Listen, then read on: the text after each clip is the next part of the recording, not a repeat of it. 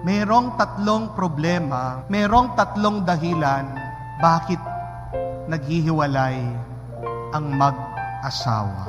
At kailangan natin tignan ang tatlong bagay na ito para mahilom, magamot anuman ang problema na mag-asawa at para maiwasan ang kanilang paghihiwalay. Una, maraming naghihiwalay dahil hindi sila nag-uusap. Lack of communication. Yan yung madalas na problema. Mas nauuna pa ang sigawan. Mas nauuna pa ang tampuhan. Mas nauuna pa ang galit kesa sa pag-uusap at pagkakaintindihan. Meron po akong exercise sa inyo. Kunin niyo po yung kamay niyo, right hand, taas niyo po. Ikot niyo po, right to left. Right to left. Ikot niyo po. Yan. Stop. Taas niyo po yung paa niyo. Baba niyo po yung kamay niyo. Kahit konti lang po. Ikot niyo po yung paa niyo, right to left. Ikot niyo po, right to left, right to left. Yan. Sige. Ngayon po, taas niyo po ulit yung kamay niyo. Right foot. Ikot niyo po, right to left yung dalawa. Right to left sabay. Kaya naman po, no? Kaya po. Okay, stop. Ngayon po, subukan niyo po yung inyong kamay na kanan. Right to left, habang yung paa niyo, left to right. Subukan niyo. Right to left, left to right. Hirap po, no? Kagabi ko pa po ginagawa yan. Nagpo-focus po talaga ako. Nagko-concentrate po ako. Kahit mamamaya, subukan niyo po pag-uwi niyo. Kayo pong nasa online, kayo pong nasa bahay, subukan niyo po. Yung kamay niyo po, right to left. Yung paa niyo, left to right. Ano mangyayari? Ano po yung naranasan niyo? Hindi po tumutugma. Hindi sumusunod. Sinasabi mo sa isip mo, ikaw right to left, ikaw left to right. Ayaw. Ano pong ibig sabihin? Kung ang katawan natin minsan hindi magkaintindihan, kung ang katawan natin hindi nagko-connect paminsan-minsan, kayo pa kayang dalawang mag-asawa? Kayo pa kayang dalawa na separate kayong tao? Magkahiwalay kayong tao? Magkahiwalay kayong buhay?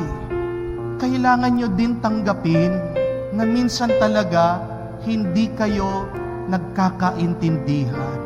We have to accept that sometimes we cannot meet eye to eye.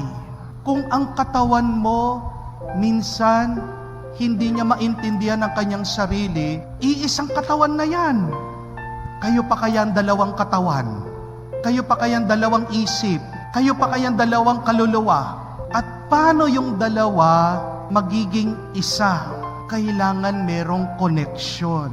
Kailangan merong ugnayan. At ano ang ating ugnayan sa bawat isa? Ang salita. Kung gusto nyong magkaisa, kayong mag-asawa, kailangan gamitin nyo ang salita, bigyan nyo ng laman. Ang mga insekto po nagkakaintindihan dahil merong antena. Pero tayong mga tao, wala tayong antena. Hindi mo alam kung ano yung nasa isip at puso ng iba hanggat hindi siya magsasalita. At minsan nga yung salita, kulang pa. Kaya kailangan mo yung salita, yung pag-uusap, palagi. Walang hinto. Continuous. Father, alam na po dapat ng asawa ko yung gusto ko. No. Huwag niyo sasabihin yan. Kasi hindi naman po tayo manghuhula. Kahit na matagal mo na siyang kasama, ang tao nag-iiba. At tayo iba-iba ang ating naiisip at nararamdaman. Sana wag mawawala yung pag-uusap, communication. Pero pangalawa, isa ding dahilan ng paghihiwalay na mag-asawa ay yung iniisip nila, meron pa silang aatrasan. They can still retreat. They can still go out of the relationship. They can still go back. Alam niyo po, sa Roma, isa sa mga pinakamagaling na general na naging emperador, si Julius Caesar. Bakit nagwagi po siya sa napakaraming gera, sa napakaraming laban? Kasi po ang kwento ganito, pag makikipaglaban daw po si Julius Caesar, pagdating nila dun sa labanan at napansin niya na merong mga tulay, susunugin po niya ang mga tulay. Bakit? Para ipakita sa kanya mga sundalo, wala na kayong aatrasan. Dalawa lang ang inyong pagpipilian, ang manalo o mamatay. Kasi pag nakikita po ng mga sundalo, meron pantulay, meron pa silang aatrasan, pwede pa silang tumakas, ay hindi nila ibibigay lahat ng kanilang lakas. Kasi nandun iniisip nila, kung masasaktan ako, masusugat ako, pwede pa naman akong tumakbo, pwede pa naman akong mag-retreat, pwede pa naman akong umatras. Ganyan madalas ang iniisip ng mga ibang may asawa. Pag ayaw ko na, pwede pa naman akong umuwi sa amin. Pag ayaw ko na, bahala siya. Ako nang bahala sa sarili ko. Ganyan naman yung misis ko, okay lang. May nakita na akong bago. Mas mabait, mas maganda, mas malambing. Kasi merong plan B. Kasi merong aatrasan. Kasi iniisip, merong pupuntahan. Pero kung sa mag-asawa, iisipin nila na ito lang ang buhay. Ito lang ang buhay namin. Wala nang iba. It's either we make it work or we die trying. Kung ganyan ang pag-iisip ng mga mag-asawa, walang maghihiwalay at magiging totoo sila doon sa pangako nilang for better, for worse, for richer, for poorer, until death do you part. Kasi wala ka nang aatrasan. Kasi ito yung pinili mo. It's either paglalaban mo o mamamatay ka na sinusubukan mong maging matagumpay kayo. Huwag kayong aatras. Walang atrasan. Walang uwian. Yan na yan. Pangatlo, at kahuli-hulihan, isang dahilan din ng paghihiwalay ng mga mag-asawa ay yung hindi po sila nagdarasal. Meron pong isang magandang kasabihan ng mga Russians. Sabi po nila, if you go to war, pray once. If you go to the sea, pray twice. If you get married, pray thrice. Ibig sabihin, mas mahirap pa po ang pag-aasawa kaysa sa gera. Ibig sabihin, mas mahirap ang pag-aasawa kaysa sa pagpapalaot sa dagat na pwede kang malumod, na pwede kang mawala. Married life is beautiful, and yet it is difficult. Madalas, ang magandang buhay ay mahirap din na buhay. Ang magandang buhay, makakamtan mo lang kung paghihirapan mo. Hindi po ba? At paano magiging magaan itong mahirap pero magandang buhay kung magdadasal ka at magpapatulong sa Diyos. Ang Diyos, sa Kanyang grasya, yan ang susi ng pananatili, pagkakaisa ng mga mag-asawa. Pag nakalimutan ng Diyos na tumutulong sa pagkakaisa, diyan nagkakawatak-watak at naghihiwalay. Meron pang pagkakataon para magkaisa ang mga naglalayong puso sa pamamagitan ng Diyos. Huwag nating kalimutan, palagi tayong mag-usap, walang atrasan. Palaging magdasal at magpatulong sa Diyos. Diyan lang magiging maganda, magkakaisa at magiging masaya ang anumang pagsasama.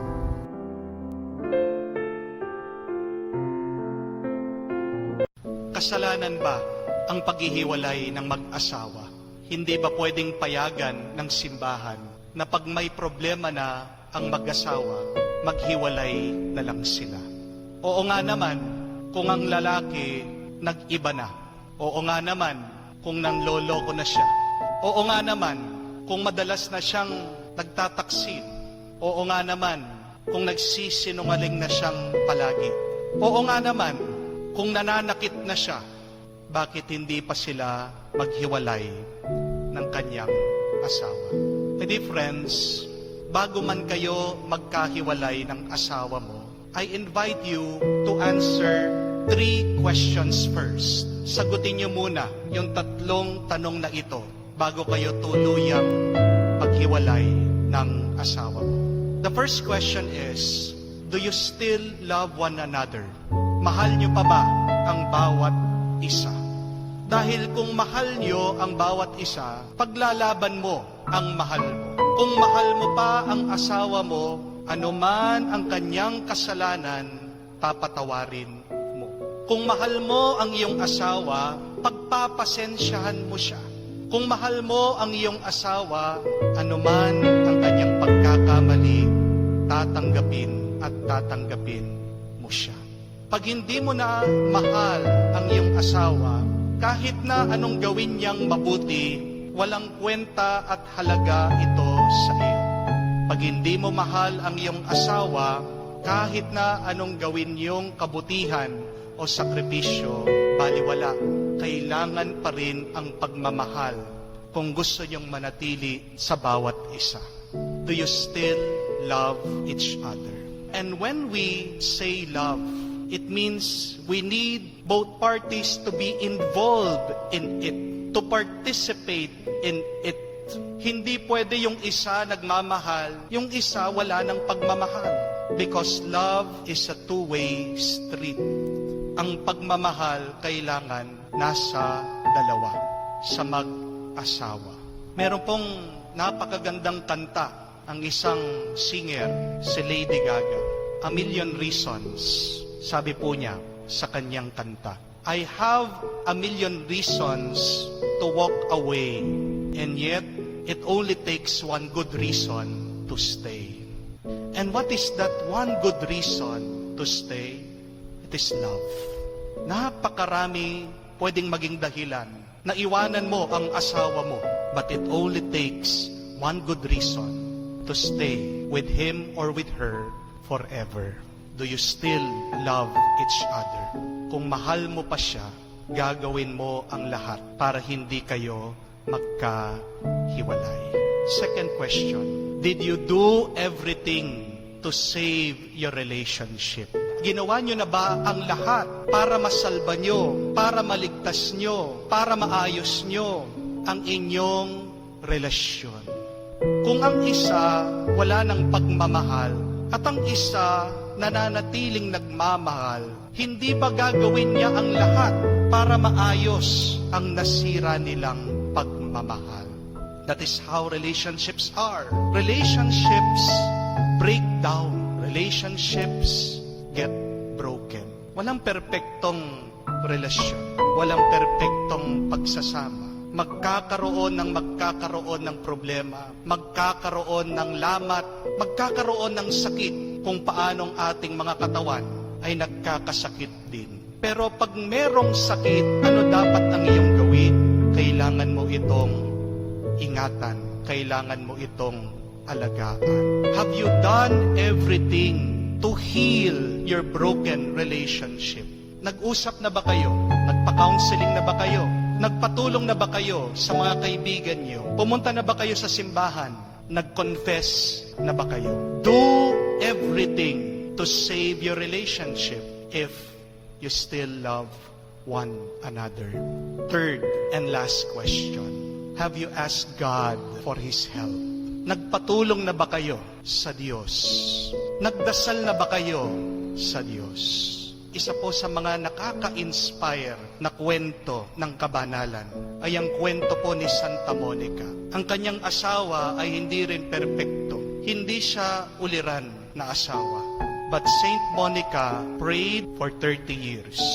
And it is only after 30 years that her husband transformed and changed. Nagdasal na ba kayo? Nagpatulong na ba kayo sa Diyos? Hindi po ba dahil walang imposible kung ikaw ay magpapatulong sa Diyos? Kahit na ang nasira niyong pagsasama, kayang hilumin, kayang ayusin ng Diyos. Ang paghihiwalay, ang pinakamabilis na solusyon pag may nasaktan sa relasyon. Separation is the quickest solution. And yet, it should only be the last solution. Because if we try to answer these three questions, nobody would try to separate. My dear friends, my dear husbands and wives, remember that when you were married, you became one body. Nung kayo ay kinasal, kayo ay naging iisang katawan lang. Bakit merong mga gustong magkahiwalay na lang? Yan yung problema eh. Kasi hindi nila nakita ang kanilang kasal bilang iisa. Pero kung paniwala mo at alam mo, hindi kayo dalawa, isa lang kayo. Pag may nawala, isa sa inyo, masasaktan ka, malulumpo ka. Yan yung problema ng napakaraming mag-asawa. Hindi po ba sa ating katawan, pag meron tayong sakit, halimbawa na lang, pag napilay ka, masakit ang iyong paa, anong gagawin mo? Iinom ka muna ng gamot, magpapahilot ka muna, pupunta ka sa doktor. Hindi naman ibig sabihin masakit ang paa mo, agad papaputol mo. Ganyan din, hindi po ba sa relasyon, pagsasama ng mag-asawa? Nagkakaroon ng suliranin, nagkakaroon ng hindi pagkakaintindihan. Talagang napakasakit ng inyong nararamdaman. But it does not mean that when you get hurt, you immediately separate yourself from your spouse. Separation, it should only be the last solution. Kung gagawin mo ang tatlong ito, hindi mo makikita na mabuti at magandang solusyon ang paghihiwalay. Let us do everything to heal the broken relationship. Tayo po ay magpatulong sa Diyos.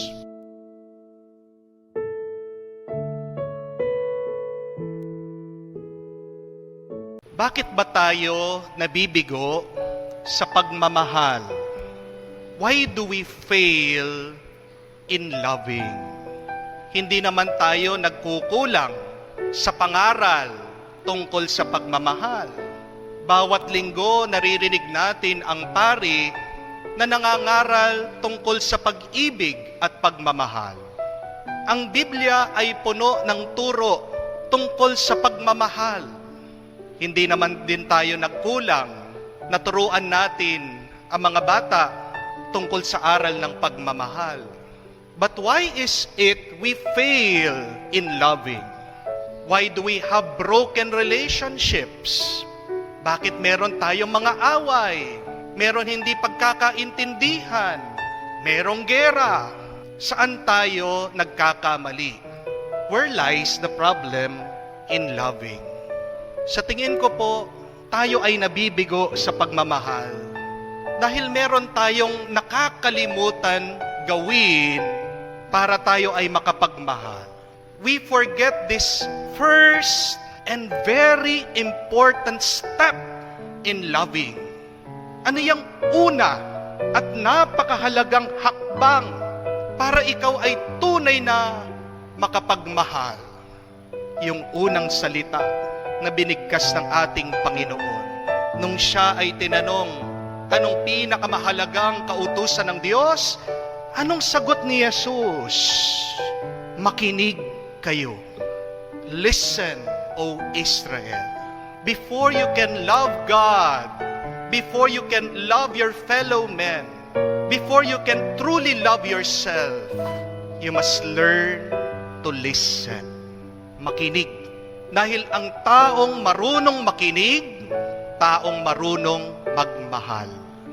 Ang taong marunong magmahal ay taong marunong makinig. If we want to concretely show our love, it starts with this very basic action to listen.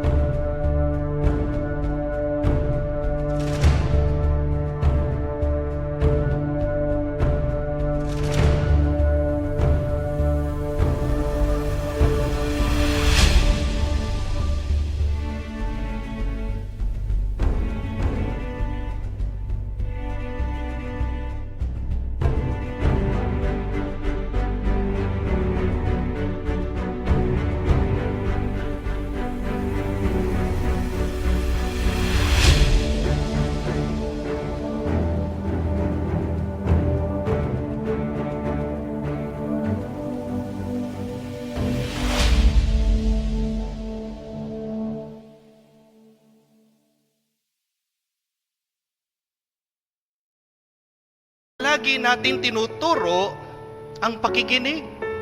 But the problem is, nobody has shown us how to listen. Yan ang problema. Walang nagtuturo sa atin kung paano ba makinig.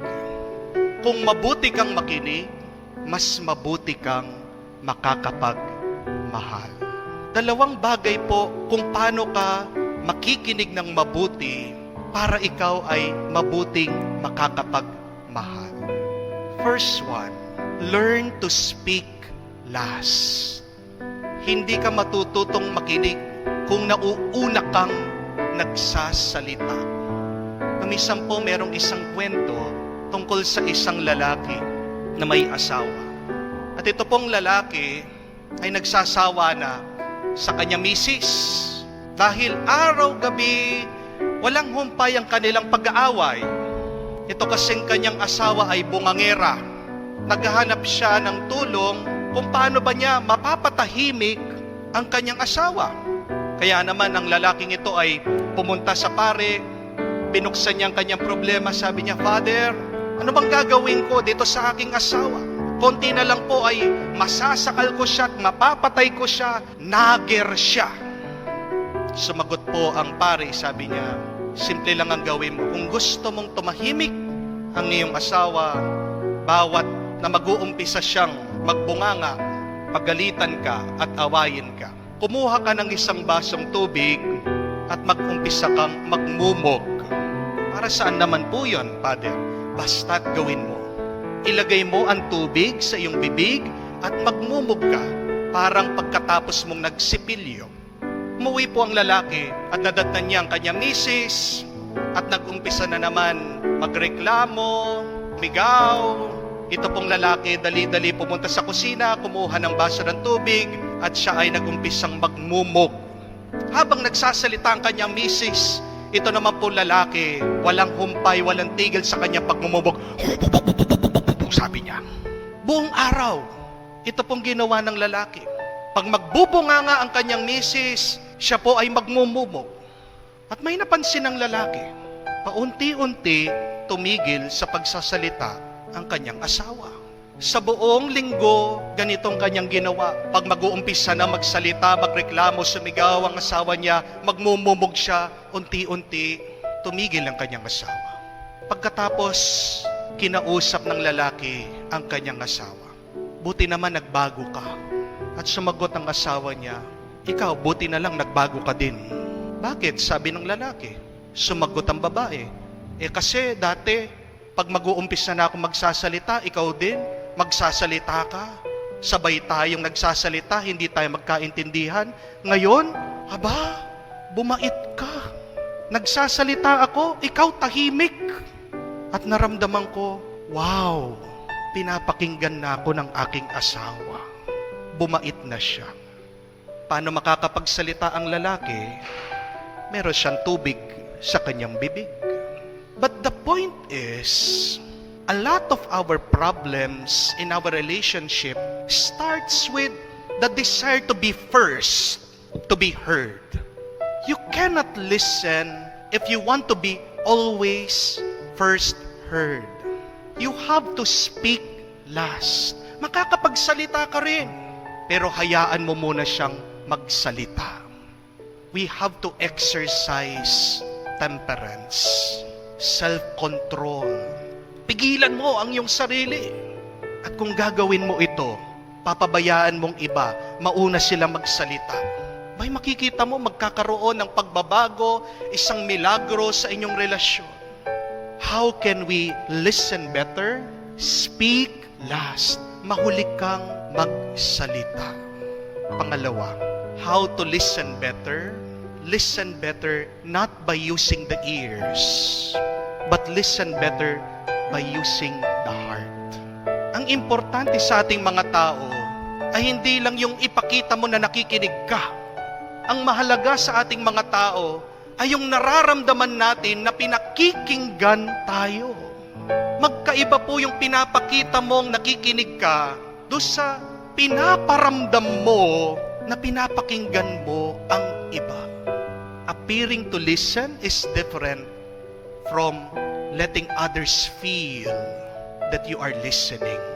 Anong mararamdaman niyo po kayo mga misis kung kauwi niyo? Nakita niyo yung asawa niyo nanonood ng TV, kinakausap mo siya, tapos sinigawan ka, "Oo, alam ko, naririnig kita." Masaya po ba kayo nun? Narinig ka naman eh. Pero ano yung naramdaman mo? Mabuti o masama? Anong mararamdaman niyo kayo mga magulang kung kauwi niyo?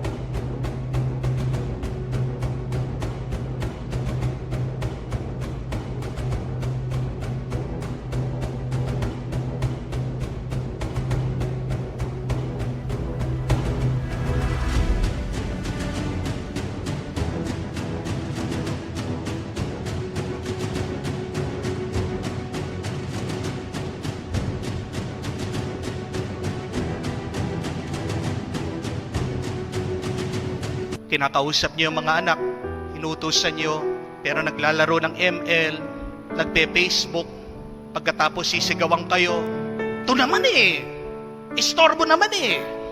Oo ba, alam ko, narinig ko kayo."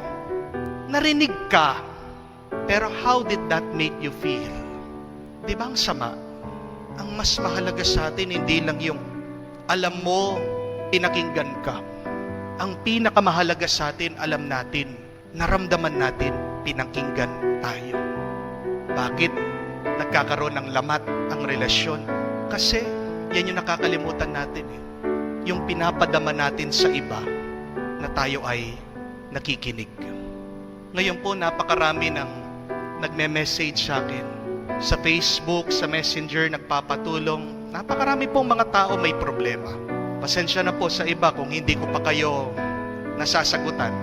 Dahil pag nagme-message po yung iba, nagpapatulong, napakahaba para pong nobela. And I take my time reading. Binabasa ko po, binibigyan ko po ng panahon. Napakahaba po ng kanilang sinulat, napakakonti lang po ng aking i-reply. Pero alam niyo po, pag sasagot ulit sila sa akin, they are so appreciative. They are so grateful. Bakit? Dahil ba doon sa sinabi ko? Dahil ba napakalalim nung aking payo sa kanila? Minsan po, ang reply ko lang po sa kanila, ganito lang eh. "Kaya mo yan. God loves you. God bless you. I am praying for you." Ganyan lang po yung aking sagot sa kanila. Pero magre-reply po sila, "Father, thank you po. Naiiyak ako. I'm so blessed." Sumagot po kayo. Bakit po? Kasi naramdaman nila may nakinig sa kanila. How to best listen? Just be there and make others feel that you are there for them. How to best love? Just be there. Huwag kang mang-iiwan. Paramdam mo, nakikinig ka. Napakasimple lang pong magmahal. Nag-uumpisa sa pakikinig.